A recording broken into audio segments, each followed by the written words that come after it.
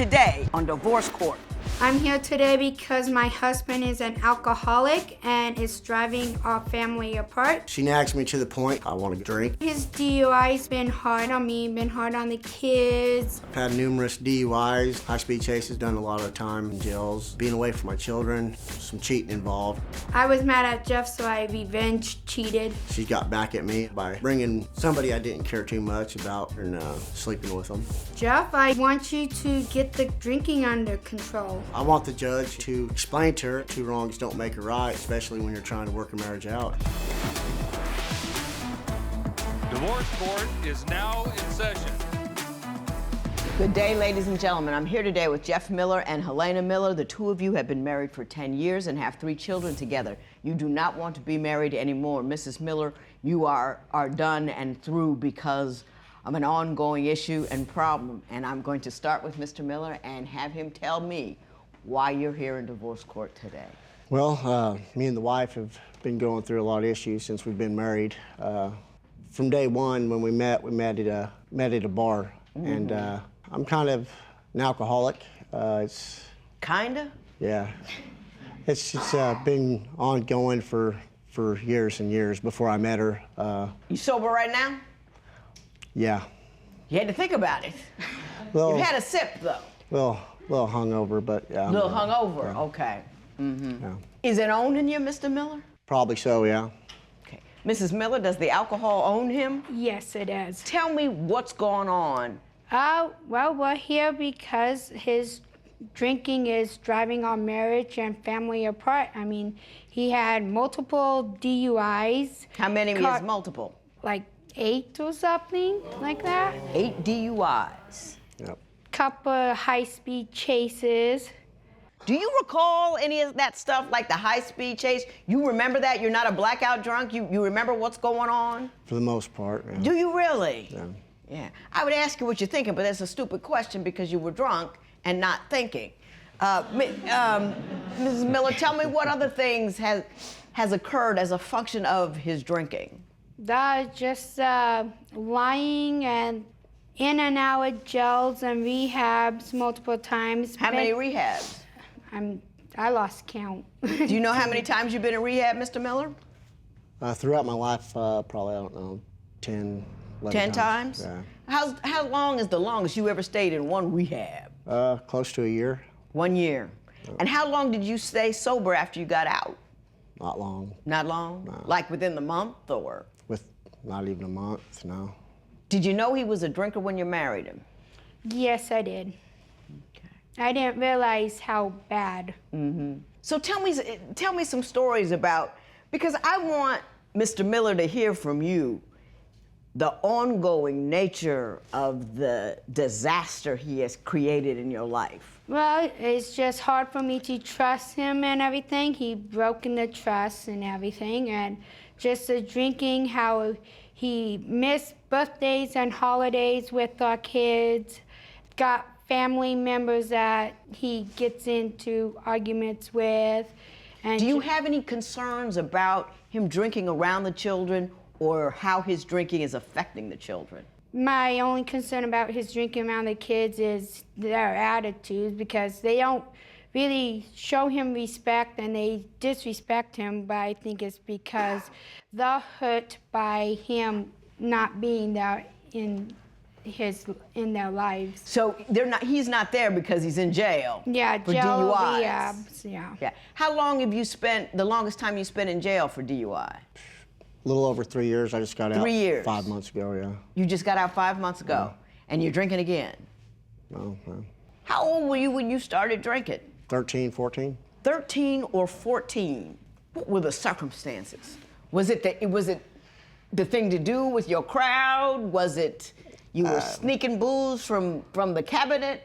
No, I really didn't have a crowd. I lived with my grandmother, and she took medications and stuff like that, and I was kind of like on my own, so I did what I wanted to, Just free to be. Yeah. Do you feel like there's something that happened to you, or some way that you feel, or something that's going on in your head that you think caused the alcohol? Honestly, I've asked that question several times in all the rehabs that I've been through. I've been through the substance abuse treatment part of it. I've been through the other part of it, like therapeutic community type stuff. You know what I mean? And What did we find out? well, I could say just like the parents divorced when I was 8 years old, but I'm like 40 years old now. So I mean, that really, I don't think would be a factor or an excuse or whatever you want to call it. You know. Listen, whatever trauma you had, no matter the nature, there's no designated age by which you get over it. The pain was there, you work with it. So it doesn't mean, you know, what happens to you when you're little matters. You know what I mean? Do you think it was that? Kind of the separation, yeah. Could be, I guess. I don't know. You ended up with your grandma, though. Yeah. Right. Give me the most painful or hurtful story associated with his drinking that he needs to hear so he can understand the nature of your distress. The most painful is probably him thinking that just putting everything on my shoulders and the disrespect and how When you he say gets- disrespect, give me a story that shows me how he's disrespectful when he drinks. calling me names in front of the kids and just putting me down, calling me fat, ugly. What's the most difficult thing for you? Is it the children? It's not that I'm absolutely necessarily trying to do anything to my children, harm them in any way by, you know what I mean? Oh, I know you're not mentally trying. But as far as that goes, I just don't get intoxicated and just start talking nonsense to her. I mean, it usually resolves from us arguing, you know what I mean? Yeah, about you calling girls in front of me, calling your ex. That was, I didn't even really call her. I was acting like I did, but that's another issue, but. But when you were drunk during all these episodes? Yeah, I never called a girl in front of her. I acted like I did, but I didn't. She's talking about the last week. Yeah. She's mad about it just still. last night. We may have to address it. But what I really want to address is what you think is happening with your children as a not intentionally, but as a function of the fact that they live with a man Right. who lives in a bottle. I get to drinking sometimes and I think I'm just gonna drink a few and then call it a day, but then it, of course, escalates till I'm up till like 2 or 3 o'clock at night. I don't come home till 5 in the morning. You know, the saying is, you know, 1 is too many and 20 is never enough. Right. You do understand that you can't have one.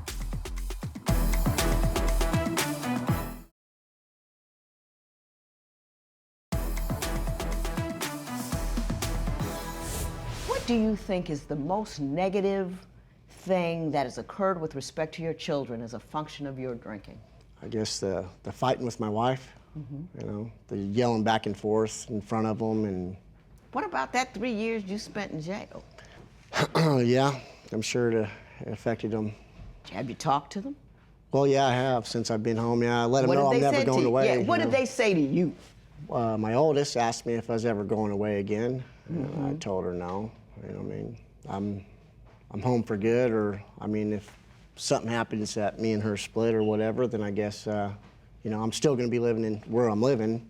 I'm not going to leave town and be out of their lives. You know what I mean? I'm going to be there for them. You can't hold a job as a function of this. No.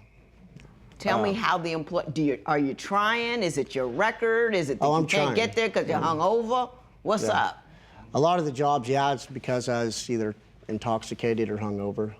I couldn't show up. I mean, I get to drinking sometimes and I think I'm just going to drink a few and then call it a day, but then it, of course, escalates till I'm up till like 2 or 3 o'clock at night, till I pass out or when the bars close down. And I don't come home till 5 in the morning. You understand that, you know, the saying is, you know, 1 is too many and 20 is never enough. Right. You do understand that you can't have one. Right. You do I mean, do you I haven't fight really, that first yeah. one or do you come say, I'm just going to have a couple? pretty much, no, it's not going to be just a couple. Sometimes it's, you know, I'll get a 6-pack but I can't. So you're stop. not fighting at all? I guess not, I don't know. I understand he cheated on you once while he was drunk. Yeah, Tell me what happened there. It was a few years back. I guess he was at a bar or something. I guess he met a girl at a bar or something. Me and the kids we didn't want to deal with him because he'd been drinking for a couple days, so we stayed over at my family member's house, and he cheated with some girl at the bar, and that led to not trusting, and I was really angry. Mr. Miller, did that happen? At that point, I was actually waiting to go to prison on a DUI, and she took off with the kids to her mother's house over an argument, and it was just kind of one of them things. I was kind of. Well, I'm about to go. I want to have some sex before I leave. Well, no, it wasn't even like that. No, I wasn't even there to have sex. I mean, that sounds. I mean, I wasn't. Not right, but practical. No, I mean practical, but I wasn't there looking for anything like that. I was just there, drinking, socializing, and That happened. It happened. And then you revenge cheated. Yes, I did. Probably a couple years ago, I was still upset and angry, and sort of want to play the get-even game, want to make Jeffrey hurt like he hurt me. You're just tired, though, aren't you? I mean, Yeah, you're just exhausted. tired of you have all the money problems, all the dealing kids. with everything, myself and everything, and why he run around thinking life is one big party, pretty much. As far as me cheating and this and that, I mean, I have an issue with her being on Facebook with somebody I know that she don't even know, and actually, a couple weeks ago, I deleted one of the girls she wanted me to delete on my Facebook, which there's nothing going on with her anyways. Okay. Never has been. Nothing even flirtatious or nothing. Well, I'm going to take a moment, get off the drinking, and let's explore that for a moment so we can see what other contributing factors may apply. I found out that while Jeff was in rehab this last time, he's the one that was acting like some high school student, passing notes around with some other chick that was in rehab with. Were you philandering in rehab? What would you do if your partner always chose alcohol over you? Tell us what you think at facebook.com/Divorce Court. Divorce Court will be right back.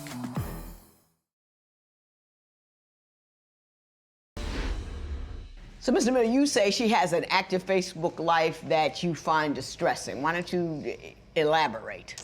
It's some guy back home, and he was my friend on Facebook before I went away this last time. While I was incarcerated, she told me, sent her a friend request, and I didn't think nothing of it. I was like, yeah, go ahead, cool, accept it. My daughter's always telling me whenever I'd call from prison that Mommy has been messaging so-and-so, and I'm like, well, who? At first it wasn't a big deal, you know what I mean? She said the guy's name. But the more I kept hearing about it, you know what I mean? I'm like, I didn't really even say nothing about it till I got out, and then I actually seen what was kind of going on, the flirting online. Online. Ms. Miller, were you flirting online with somebody? I did not start flirting with him until I found out that while Jeff was in rehab this last time, he's the one that was acting like some high school student, passing notes around with some other chick that was in rehab with. Were you philandering in rehab? He even had her phone number. He even called whenever he got out of rehab, went back to jail. He had her phone number and was calling her from jail. At the same time calling me. Is that right? When I got violated and they re-paroled me to a rehab, inpatient rehab, outside rehab, it was co-ed. That was still kind of on my mind, and it was just kind of, I don't know, still kind of angry about finding out what I found out, and I wasn't really sure what was going to happen. That's the guy I cheated with. You started the war. And that's what I'm saying, started the war. I mean, it shouldn't be like that, tit for tat, you know what I mean? But it's not tit for tat. Yeah, it is like you started it. No. It's not tit for tat. You give her no economic support, no emotional support, no parental support, no any of any kind. She is constantly spending her time and money dealing with you and all your negativity. You don't give her anything, nothing emotional, nothing at all. So she talked to somebody on Facebook, and you know what I mean. You have reasons for everything, but you can't get indignant about nothing because you're showing up not just nothing. You're like a black hole. You suck in all the light. You know what I mean? It's not like you're just like this ongoing negative thing in her life. I'm surprised she hasn't done more. You with me? Not that it would be right. Not really. I mean, the dude's sleeping with her. He ain't paying no bills. He ain't. Neither are you. Yeah, but how?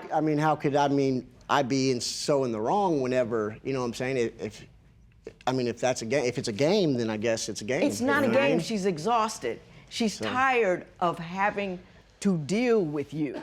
Right. You know what I mean? Right. Do you get me, though? I get you. It's worse than having another kid. She's supporting and dealing with all of the negative ramifications of a life with an addict. Right. Doesn't make it right. Doesn't make it the way to handle it. But you need to understand the nature of the pressure she's under. Right. You with me? Right.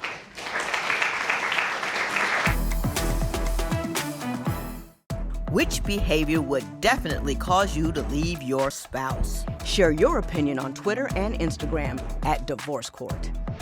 Divorce Court will be right back.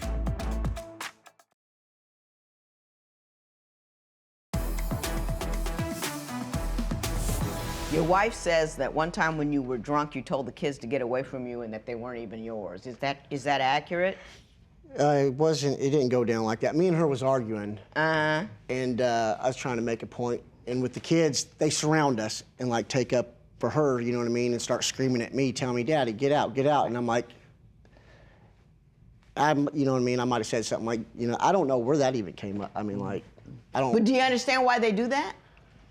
Yes, I mean, just, I haven't been around. Yeah, they're taking up for their mama, but when they don't really, you know what I mean, I'm not really, we're just arguing, you know what I mean? You're the big bad boogeyman. You're the guy who comes home drunk. You're the guy who has accidents. You're the guy who doesn't pay anything. She is their life. She's the support if they need anything emotionally, physically, financially. She's there. And when the big bad boogeyman comes out from jail and starts yelling at the only thing that stands between them and being out on the street, they're going to defend her. It's scary being in a house with a guy that comes in and got an attitude and ugly and drunk. Been there, done that. It's not even like that, though. I don't come in drunk with an attitude. Me and her start arguing about whatever. It's like the nagging starts, and then it's like, what, you know what I mean? I'll throw some phones on, jam some YouTube, and be like, all right, get away from me. You know what I mean? Mm-hmm. And she's still nagging to the point to where I do. You know, I'm like. Gotcha. Let me tell you something, Mrs. Miller. My man doesn't even see what a pit of darkness he is in your life. And he doesn't seem remorseful. He seems indignant about any kind of needs that you have. Maybe you don't approach them appropriately, but he's indignant about them, not realizing how many darts he's thrown at you. You don't need to have one foot out of the door. You need to have both feet out the door, and you need to do it now. Don't expose your children to that anymore. He's not even trying anymore. And he needs to step on and step away and step into something else while you step into better. Do you understand what I'm telling you? Mr. Miller, I wish you the best of luck. I hope things get better for you. I don't know what kind of dark you're swimming through. I really don't. But the first thing you have to be is man enough to see how much negativity you've brought to your wife. And then after that, I don't know what you can do, but at least try to do that. Because you can do that. You know what I mean? Yeah. You know what I'm saying? Right on. This matter is adjourned.